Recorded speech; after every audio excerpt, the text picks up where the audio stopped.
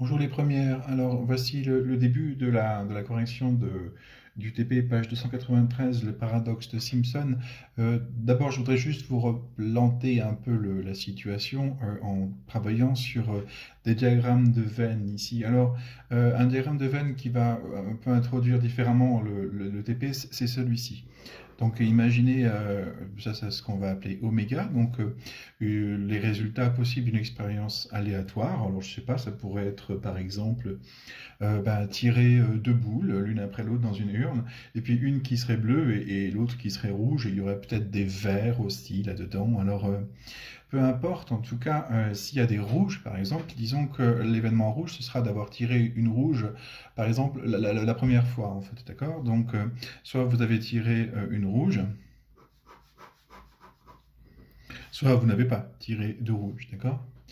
Et au deuxième tour, vous avez la possibilité de tirer des rouges, des verts, des bleus. Bon, alors, mettons que tout ça, en fait, ça correspond à l'événement B, pardon, avoir tiré une boule bleue. Donc vous voyez que B, en fait, vous pouvez très bien avoir d'abord tiré une boule rouge, et puis, ou alors très bien ne pas avoir tiré de boule rouge, d'accord?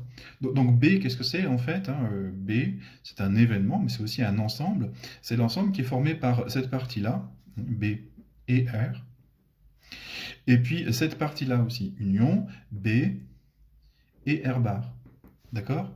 Alors, il semble, pardon, excusez-moi. Donc, il semble assez intuitif de dire que si la probabilité de cette partie-là, si la probabilité B inter R et la probabilité de B inter R bar, si ces deux-là, par exemple, si vous les faites diminuer, c'est que globalement, vous faites diminuer en fait cette zone-là dans le diagramme de Venn. Donc évidemment, et ça c'est ce qu'on avait vu, on avait appelé ça la formule des probabilités totales, P de B, vous savez que c'est ça. Hein. Donc si vous baissez ceci et cela, il est évident que P de B va baisser aussi.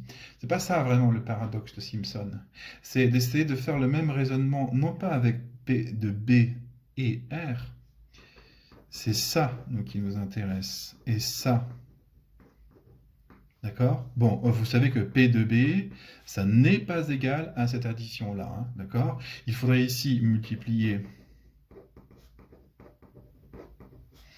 par P de R, et là, multiplier par P de R bar. Là, ça deviendrait juste, d'accord? Mais ce qu'on a dit tout à l'heure, si ça et ça, si vous le diminuez, P de B va diminuer, ça c'est vrai, hein, d'accord? Mais est-ce que si vous diminuez ça et ça, est-ce que vous diminuez P de B? Donc en fait, le paradoxe de Simpson, moi, ce qui m'intéresse dans ce TP, c'est que vous compreniez bien la différence entre cette notation-là et cette notation-là. Et évidemment, hein, ça se voit ici, un R n'est pas au même endroit, là il y a un E, là il n'y en a pas.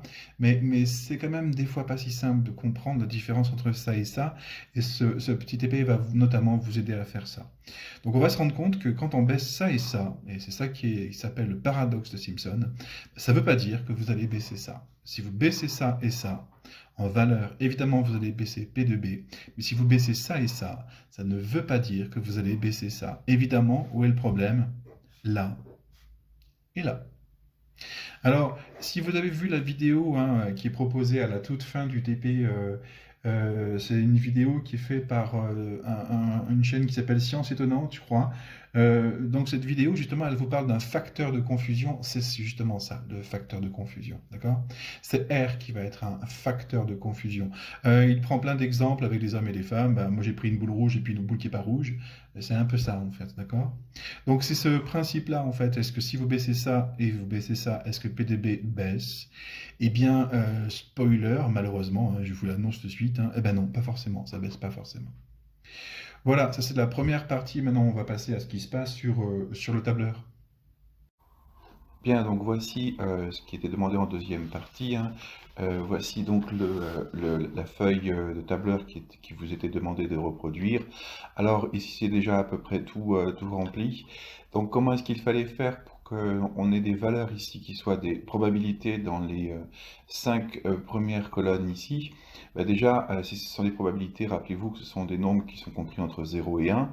Et donc comment faire pour générer une probabilité, un nombre de probabilités ici pour P de R, eh bien moi j'ai choisi à cet endroit-là de la commande aléa, tout simplement, qui me permet de générer un nombre aléatoire entre 0 et 1. Alors remarquez au passage que si vous l'avez fait vous aussi de votre côté, vous avez probablement une série de chiffres assez conséquente ici. Moi j'ai simplement mis un peu en forme en fait chacune des cellules. Regardez ici, on peut augmenter, pardon, ou on peut diminuer le nombre de chiffres derrière la virgule en affichage, d'accord? Alors, c'est ce que j'ai fait, ici j'en ai pris deux, je pense que comme ça on voit un petit peu mieux ce qui se passe. Alors pour P de R bar, attention, hein, R bar c'est l'événement contraire à R, donc la probabilité de R bar, elle est plus générée aléatoirement bien sûr ici, puisque elle est liée à P de R, par la relation très simple, hein, c'est 1 moins P de R. Donc j'ai écrit 1 moins B3 ici. Pour P de B, sachant R ici, il n'y a pas de lien avec P de R, ni avec P de R bar. Donc à nouveau ici, j'ai mis une génération aléatoire d'un nombre entre 0 et 1. De même ici aussi, ces deux probabilités ne sont pas liées d'une manière générale. Il faut les garder des valeurs ici à peu près aléatoires. Et par contre, P de B, rappelez-vous, là par contre, c'est complètement lié aux quatre premiers chiffres ici que vous avez, pardon, aux quatre premiers nombres.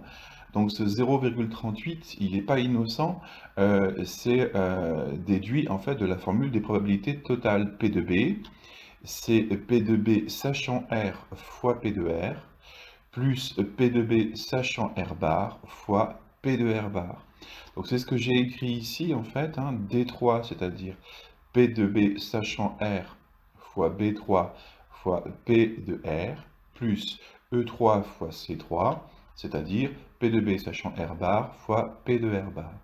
Donc ici, attention, P de B, en fait, c'est pas une donnée aléatoire, c'est une donnée calculée. Alors, qu'est-ce qui nous intéressait ici? C'était de savoir si jamais ici, on baisse P de B sachant R et P de B sachant R bar, au lieu de passer à 0,3, on passe en dessous, et au lieu de passer à 0,4, on passe en dessous. Est-ce que P de B va diminuer aussi? Alors, moi j'ai beaucoup de chance en fait, parce que dès le premier essai, on voit que ça ne marche pas, ici. Vous voyez que ici, P de B sachant R, pour le premier essai, il est en dessous de la valeur de référence. Pour le deuxième essai, il est aussi en dessous de la valeur de référence. Et le résultat, quant à lui, pour P de B, ça a augmenté. Donc P de B sachant R, P de B sachant R bar, tous les deux ils baissent, mais P de B, ça monte. Alors on nous demandait ici d'effectuer un test pour pouvoir assez facilement voir dans cette colonne où est-ce que ça avait marché. Alors qu'est-ce qu'on va mettre dans le test ici pour détecter ça en fait? Alors moi j'ai décidé qu'il y aurait un 1 quand ça marcherait, c'est-à-dire quand P de B aurait augmenté par rapport à la valeur de référence, alors que les deux là, P de B sachant R et P de B sachant R bar auraient baissé. P de B sachant R, pardon. Donc le test ici, excusez-moi, qu'il faut écrire ici, c'est un test de condition. Si ça marche, alors on va mettre un 1, et si ça ne marche pas, alors on va mettre un 0. Alors, les conditions dans le si, en fait, donc pour écrire ça, hein, ouais, il suffit de rechercher un petit peu sur Internet, c'est la commande si, en fait, c'est comme quand vous mettez if dans un programme Python. Donc la condition ici, c'est une condition qui porte sur trois colonnes. Donc il faut que D3 soit inférieur à D2, il faut que E3 soit inférieur à E2, et puis il faut que F3 soit supérieur à F2. Alors ça s'écrit comme ça, hein, il faut les trois en même temps, il ne faut pas l'une ou l'autre, en fait, il faut que les trois soient vrais. Et donc ça s'écrit ET, parenthèse, et à l'intérieur, vous mettez les trois conditions avec du inférieur et du supérieur.